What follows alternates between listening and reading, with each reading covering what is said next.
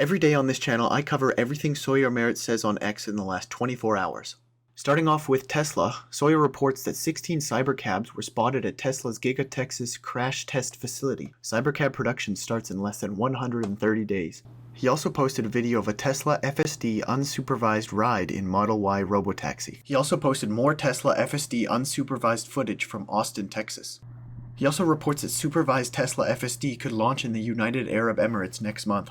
He says that despite logging many thousands of miles on Tesla FSD, I still sometimes lean back and think to myself, damn, my car can actually drive itself. Still feels surreal. Jeremy said that I'm in the market for safest car in the market for my soon-to-be 16-year-old daughter. Should I make sure we have FSD? Her airway is critical because of her former trach when an infant. Sawyer responded to this saying, I would get a Tesla and subscribe to FSD for $99 a month. Moving on to Megapacks, Tesla has secured a new $275 million Megapack order from Matrix Renewables for a 500 megawatt, 1 gigawatt hour standalone battery energy storage system in Eccles, Scotland. We are excited to support Matrix Renewables with their entry into the UK, bringing Tesla's track record in the market together with Matrix Renewables' expertise and vision. We highly value the partnership with their team and look forward to executing this landmark project together, said Mike Snyder, Energy Vice President at Tesla. New in Australia says it has begun construction of a new $220 million big battery project, which will also be the first project in the world to deploy Tesla's new Megablock product, its next-generation grid-scale battery tech.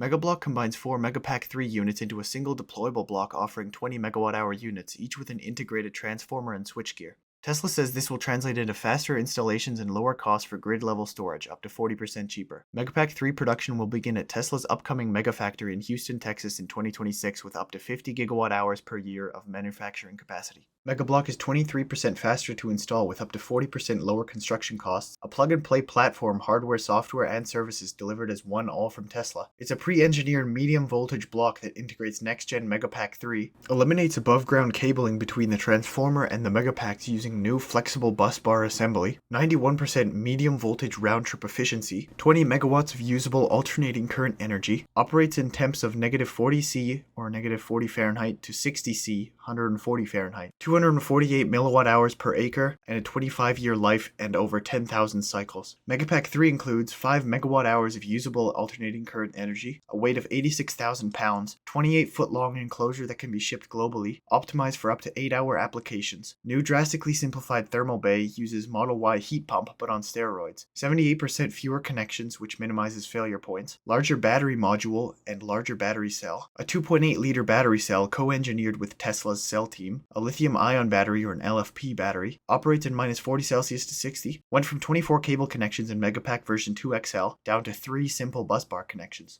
75% of the mass of Megapack 3's battery cells, a single module in it weighs as much as a Cybertruck. Tesla has enabled easier front axis service so there are no roof penetrations, drastically simplified busing system, and will partly use battery cells from Tesla's new 7 gigawatt lithium iron phosphate battery facility in Nevada, additional cells sourced elsewhere. Moving on to Ford, Sawyer reports that Ford CFO Sherry House says that I'd expect there to be a contraction in the US EV market, particularly our sales, and us to lean more into some of the products that enable us to put, for instance, in our Mustangs, maybe a 5.0-liter engine instead of the 2.3-liter engine. Farzad responded to this, quoting Sherry House again, saying, the best way to move forwards is going backwards. And Sawyer responded to this saying, pretty much.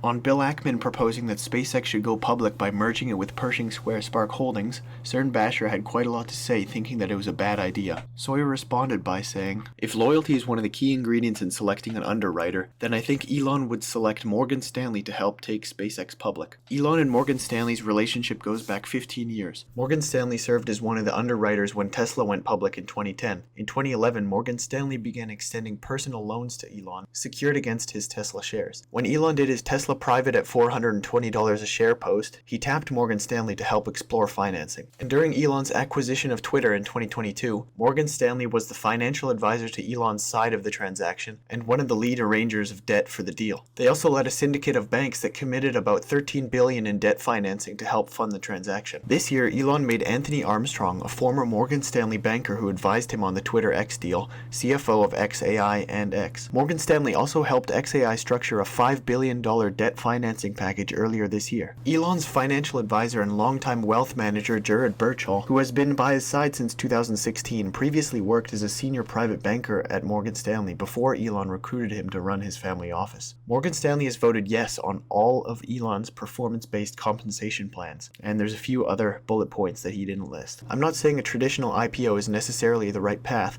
just that Elon probably isn't too worried about some underwriting fees if he believes he's choosing a partner who's been there for him repeatedly over the years. Retail investor access, however, is a separate question entirely, and I understand the concern there from Tesla investors if SpaceX goes traditional IPO route. Elon could get creative with Morgan Stanley or whomever he/SpaceX chooses. Staying on the topic of SpaceX, Sawyer says that SpaceX has shared that between 2024 and 2026, it boosted gross economic output by $13 billion in the Rio Grande Valley area around Starbase. SpaceX, economic output and taxes projected $13 billion in gross output from 2024 to 2026, with over $350 million in indirect taxes supporting schools, services, and infrastructure. Job creation, over 4,000 current full-time jobs, 70% local, with an expected increase of 100% to around 8,000 in 2026, supporting 24,000 local jobs overall and providing opportunities for non-degree holders to advance. Additionally, the relocation of SpaceX headquarters to the area signals long-term investment in the Rio Grande Valley, with plans for thousands more jobs, workforce training, and public-private collaborations for aerospace growth. Regional benefits include enhances tourism, high-skill manufacturing/engineering roles, and multimodal transportation while also contributing to beach restoration and public access to Boca Chica Beach.